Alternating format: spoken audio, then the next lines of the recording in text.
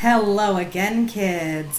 So, after my video the other day, I got a request from a viewer to do a video with regards to some of the bullshit that, you know, the Parkland students have been putting up with lately. And, you know, I wasn't originally going to address that just because, you know, I don't believe in feeding the trolls. As a person who does YouTube videos on extremely controversial topics, I am very used to catching shit. You know, when I started on the Avery thing, I went onto Reddit to, you know, just look around, see if I could find any documentation. And originally I was looking to see about purchasing parts of the case file. And, you know, instead of these Redditors just being like, you know, oh, well, we already have a fund for that, why don't you just donate to the fund? I got my ass handed to me. You know, they were not welcoming at all. They were like, oh, well, you're just blah, blah, fucking blah, and this, that, and the other. Not a single one of them said, you know, hey, we've already got a fund going for that. Here's the link if you wanna donate to that. You know, it's already in the works. Nobody said that. They just immediately jumped on my ass. And so from that point forward, I just stayed off of Reddit. I was like, fuck y'all. If you can't discuss, even with people who agree with you, a topic without acting like a fucking asshole, I got no use for you. And the guilters are even worse. Although, you know, as time has gone on, I've just determined that they're, you know, they're a whole other fucking breed of something. They're not human, they're something. But, you know, then I started seeing what was going on with these Parkland kids. And, you know, the right-wing conspiracy theory bullshit and how this is all playing into itself. And I decided I had to say something. I have to say something. I have to at least show my support to these kids. Because let me tell you something, kids.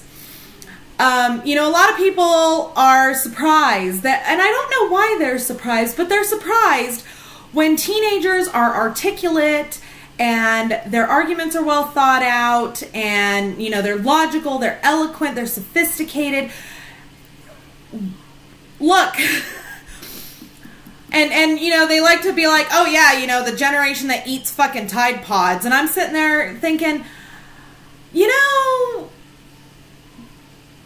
baby boomers, your generation dropped acid. Like, fuck. And your generation is now the generation making policy. So, you know... Are you seeing the hypocrisy that's going on there? Do you get it? I mean, clearly not the entire generation of baby boomers dropped acid, just like clearly not the entire generation of the millennials is eating fucking Tide Pods. Those are a select few morons that clearly have nothing better to do with their time. And, you know... I guess snorting condoms is a new thing, and I'm going, you do know where your airways go, right? Do you know what asphyxiation is? But those are not, you know, look, I'm a 90s kid. In the 90s, the big deal was ecstasy and marijuana, although, you know, marijuana is always going to be a big thing. And, you know, all that sort of shit. And there was a select group of us that didn't partake in stuff like that. We just were. You know, I also was a debate kid. I was actually captain of my high school mock trial team. I was in drama.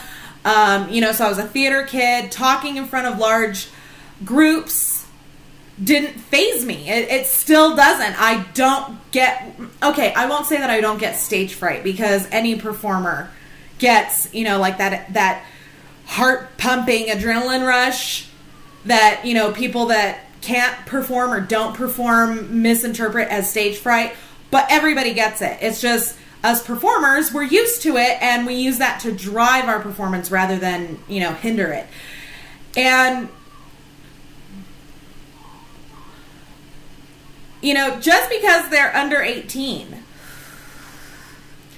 doesn't mean they're stupid. In fact, if anything, they're smarter than 90% of the adults in this country, because they are actively studying what the fuck they're talking about. They have recently taken classes like civics that has informed their arguments, so they know exactly what the fuck they're talking about. And the one that really got me was this fucking Yahoo using a photograph as David Hogg for fucking target practice. You sniffed a lot of glue when you were a kid, didn't you? Ate a lot of paint chips, did you? Mama drop you on your fucking head?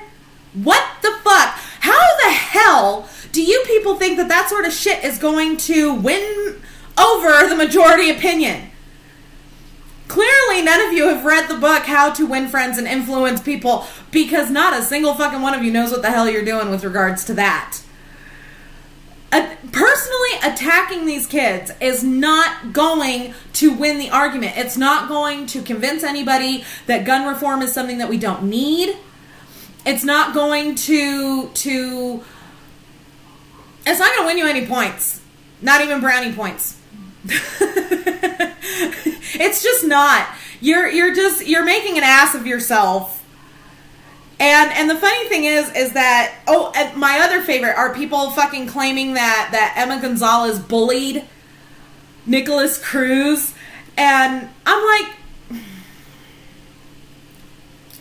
look, that whole thing of school shooters are the bullied kids bullshit started with the Columbine shooting.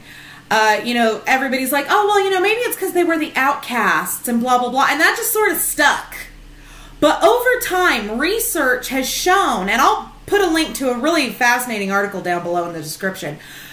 Over time, because there's been so many, there has been studies done on the psychology of a mass killer. And a mass killer is not like anything you have ever seen before. These people don't just snap. You know, it's not like, you know, oh, that fucking bully pushed me in my locker again, I'm going to go shoot up the school. You know, I can't fucking take it anymore. It's not like that. That's not actually how they operate. And let's get one thing straight. School shooters are mass killers. That just the only thing that differentiates them from other mass killers is the location of the kill. It's not, there's nothing unique about them. A mass killer is a mass killer. The location is incidental. And the thing about mass killers is if you look in their background,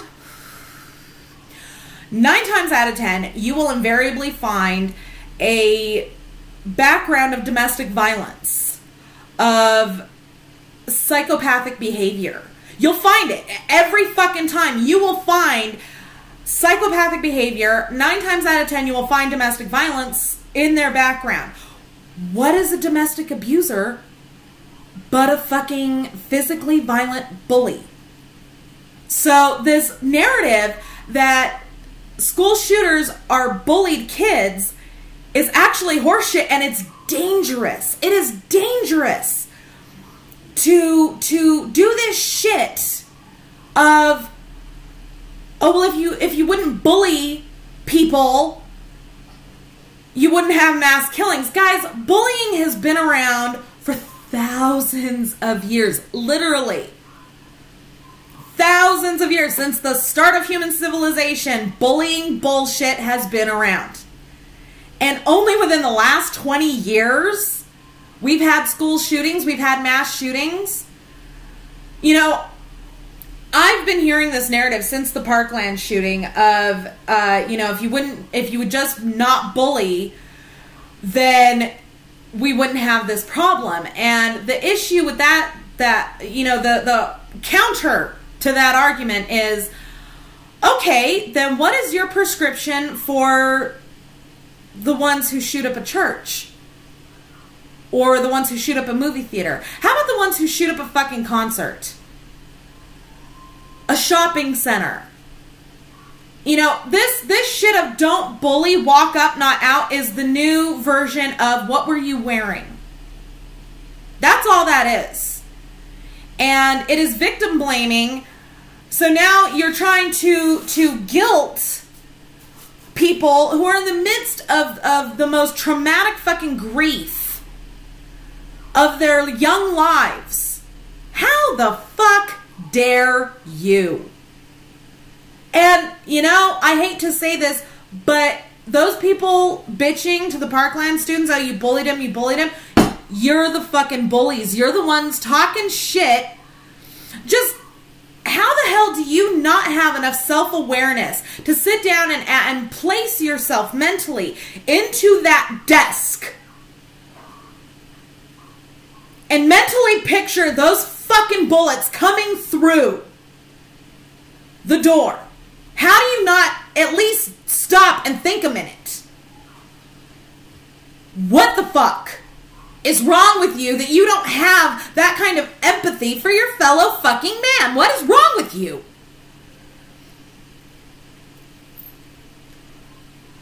Now,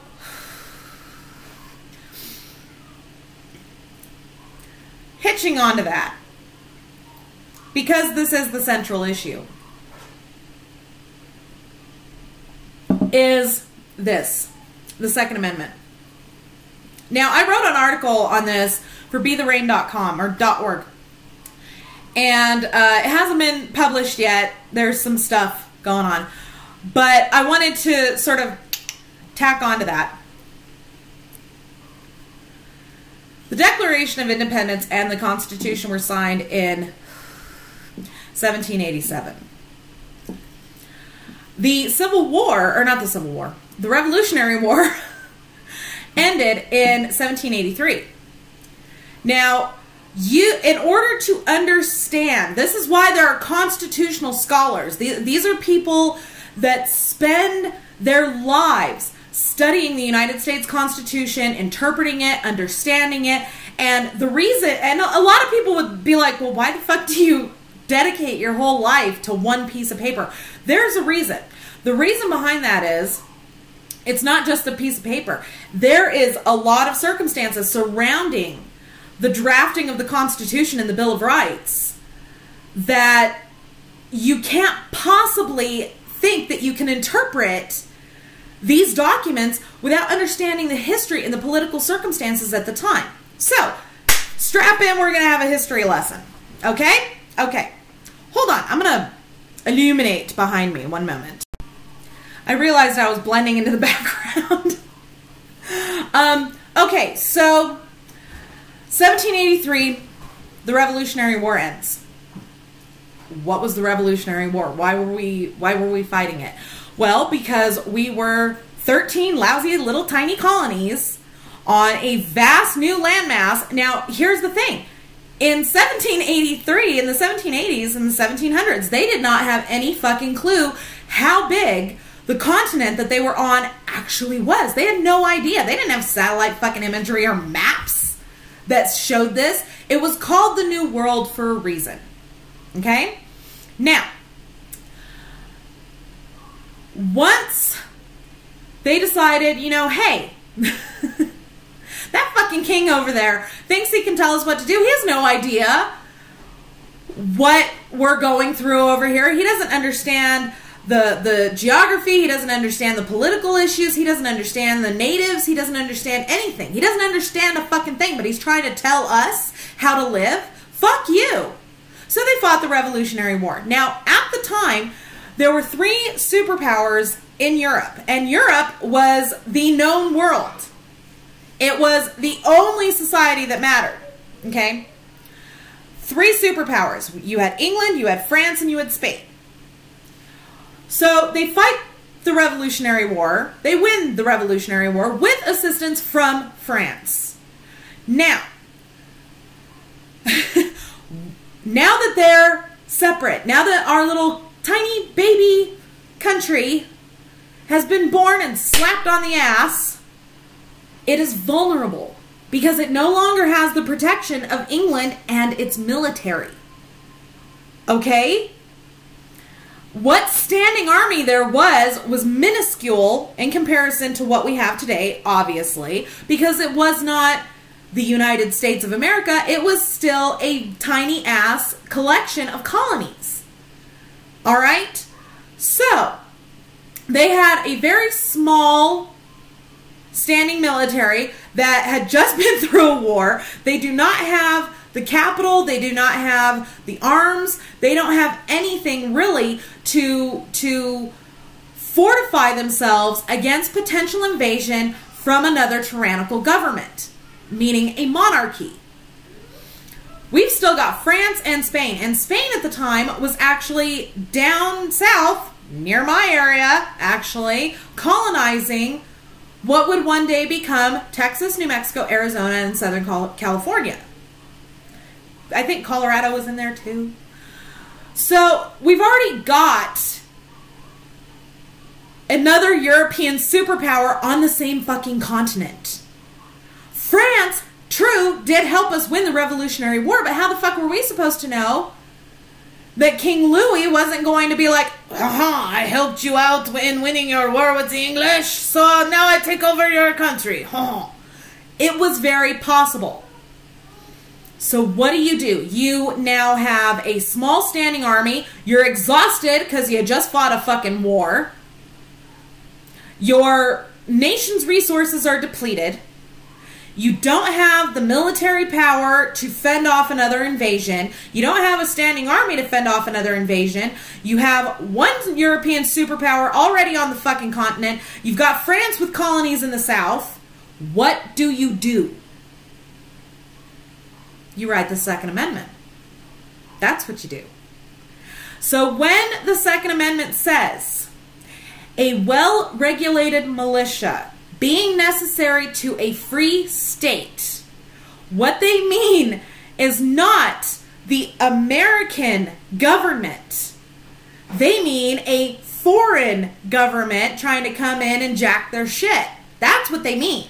They don't mean from the American government itself. They didn't even have a coalesced, gelled government at that time. That's kind of why they were writing a constitution, kids.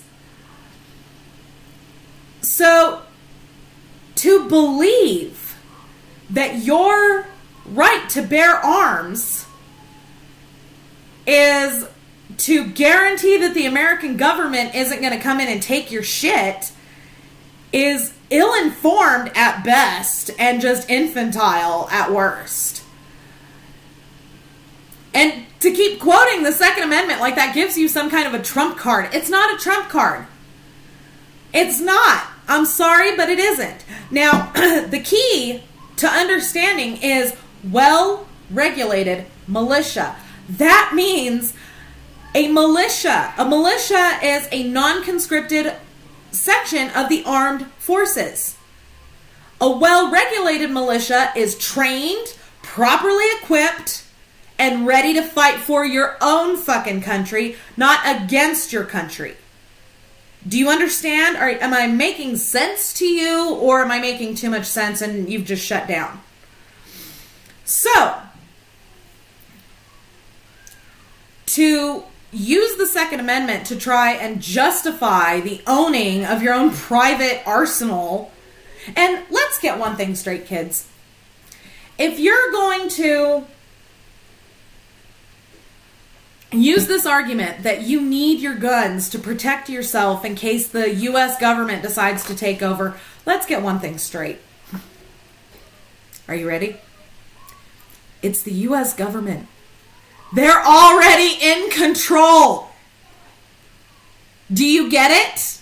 They are already in control. Why the fuck would they need to take over the country when they're already in control of the fucking thing?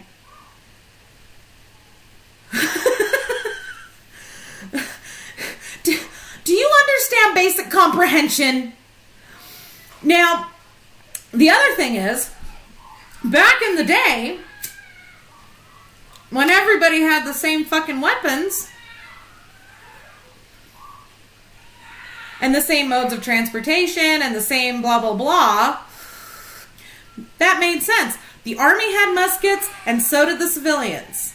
The Army had horses, and so did the civilians. The Army had wagons, and so did the civilians. But now, in this day and age, the Army has helicopters, tanks, warships, grenades, rocket launchers. So unless you have a store of those same armaments in your backyard bomb fallout shelter, your shitty little AR-15 is not going to protect your family. And it sure as fuck is not going to protect your family against the standing United States military.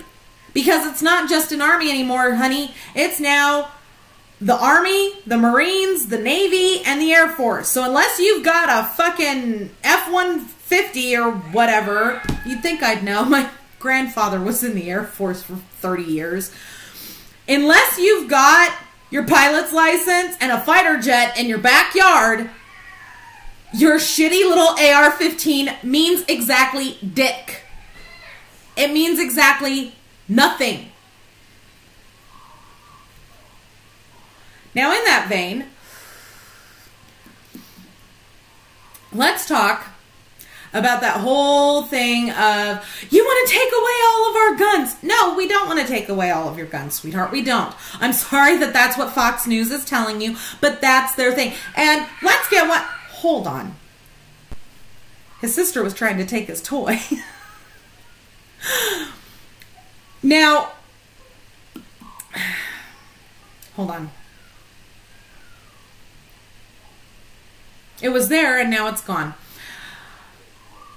Unless you are, you know, some kind of a military statistician or some shit, you're not going to be able to hold up against the entire United States military. I'm sorry, you're just not.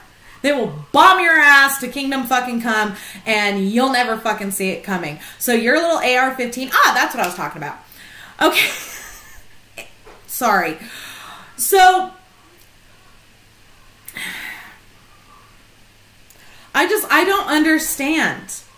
I don't understand how you can watch Fox News or any of that shit. You know, I'm on Twitter a lot, and I get these people who send me these articles from Fox News or The Conservative or whatever as their evidence, as their proof. And I'm like, you know, unless you get that identical information from like CNN or the Washington Post, it's not true. It's not true. And it goes the same way for liberal publications, for Democratic publications. If you're not getting that same information from Fox News or blah, blah, blah, whatever other conservative fucking media they've got, it's not true. It's not true. It's biased reporting. There's a reason why Fox News is not listed as a news network. They're listed as entertainment. That's all it is. They're fucking over there. They're pulling the strings and your little marionette ass is just dancing with it. We don't want to take away all guns. All guns. We don't. We just want the fucking military grade shit out of there. And this shit of arguing semantics. AR stands for Armalite. Well, good for you. What do you want? A fucking cookie? You understand perfectly what we mean when we say assault rifle. So arguing the semantics is really just a distraction tactic, and it's not going to work. It may work with your cronies. It's not going to work with us.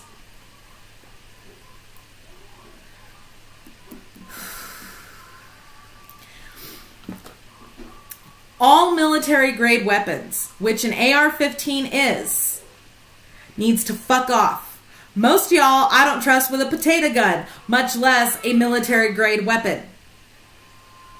Anything that can turn a weapon into a fully automatic assault weapon needs to fuck off. But that's not even like the major thing for us. The major thing for us is the background checks. Had Nicholas Cruz had his expulsion from the school for threatening other students been in his background report, he never would have been able to buy the AR-15, and we wouldn't be fucking sitting here talking about this shit right now.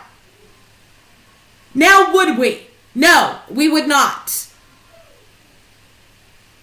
That needs to be a part of the background check system, people.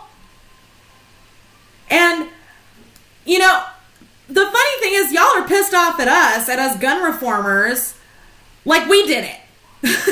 The people you need to be mad at are the assholes going out there and fucking causing mass shootings, committing mass shootings, or any of the other responsible gun owners who leave their fucking gun out for their fucking 3-year-old to find and shoot people with. Or the dad who left his fucking gun in his 6-year-old's backpack. Or the responsible gun owner who left his gun in his fucking unlocked car and a child walking by just opened it and took his fucking gun. Those are the people you need to be pissed at, because they're the ones making you actual responsible gun owners look like shit. Don't be mad at us. Be mad at your fellow little gun owners over there all fucking it up for everything. You know, there's a Australian comedian named Jim Jeffries. If you haven't watched him, Google it. You're going to laugh your ass off. But he talks about gun control. And he says, you know, this is just the way the law works, guys. There are plenty of people that are never going to overdose on drugs. But then you've got that one fucker who overdoses and makes it illegal for everybody. There is that person who, you know, there's a lot of people who could drive a car at 100 miles an hour perfectly fucking fine and not crash into anybody, but there's that one dickhead who did kill someone, and now we all have to drive 70 on the fucking freeway. You know? That's just the way it is. And this shit of trying to argue us with, you know, oh, well, they've run into crowds of people with cars. You don't want to take away all cars. Well, no, we don't, because a car, its primary function is not killing. It is transportation.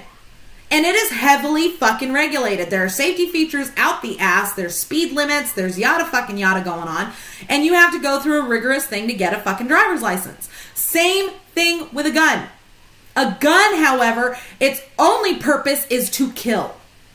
It has no other function. It's not going to fucking cook you breakfast. It's not going to babysit your kids. It's not going to walk your fucking dog. Its only job is to kill. That is what it is designed for. And yet, it is the only thing that can kill that is not regulated to fucking Timbuktu. Come the fuck on. Grow up. This is the way society works. And this shit of, oh, well, you know, the gun regulations in other countries isn't going to work in America because we're just too big. Again, America, what is your fucking bullshit obsession with size? Do you honestly think that your size means anything? It doesn't. It just does not. It matters about that much. Oh, my personal favorite was some jackass telling me, yeah, they don't have guns in England, but they have a lot of stabbings, and so now they're trying to outlaw knives. How the fuck do you figure? First of all, I call bullshit, because I've got friends that live in England, and they all are like, what the fuck is he talking about? The second thing is, how the fuck are you supposed to cook, dumbass? England's not going to outlaw knives. How are they supposed to carve up their Sunday roasts? Come on. If you're gonna make shit up to bolster your argument, at least make it feasible. Jesus. And circling back around to the Parkland students. Has personal insult ever changed your mind about anything? No? It doesn't do it for anybody else either. A follower of mine said that on Twitter. Personally attacking these kids just shows how fucking immature and how full of holes your arguments really are. If your arguments held water, you wouldn't feel the need to sling shit. And the more you attack with personal attacks, the more they're going to counter with facts. That's how it works. Just stop. Stop. You lost. It's over. 97% of Americans want gun control. There are more of us than there are of you. So you can either sack the fuck up and act like an adult, or you can sit there like a petulant child throwing a fucking temper tantrum still, and it's still going to change. But either way, personal attacks on kids is not helping your argument. That's what I have for this video, kids. So don't forget to subscribe to me here on YouTube. Don't forget to follow me on Twitter, MamaPhoenix6, and boogie on over to the About page here on my channel. You'll find everything from my Pinterest boards to my fan page. Thank you all very much for watching, and we'll see you soon.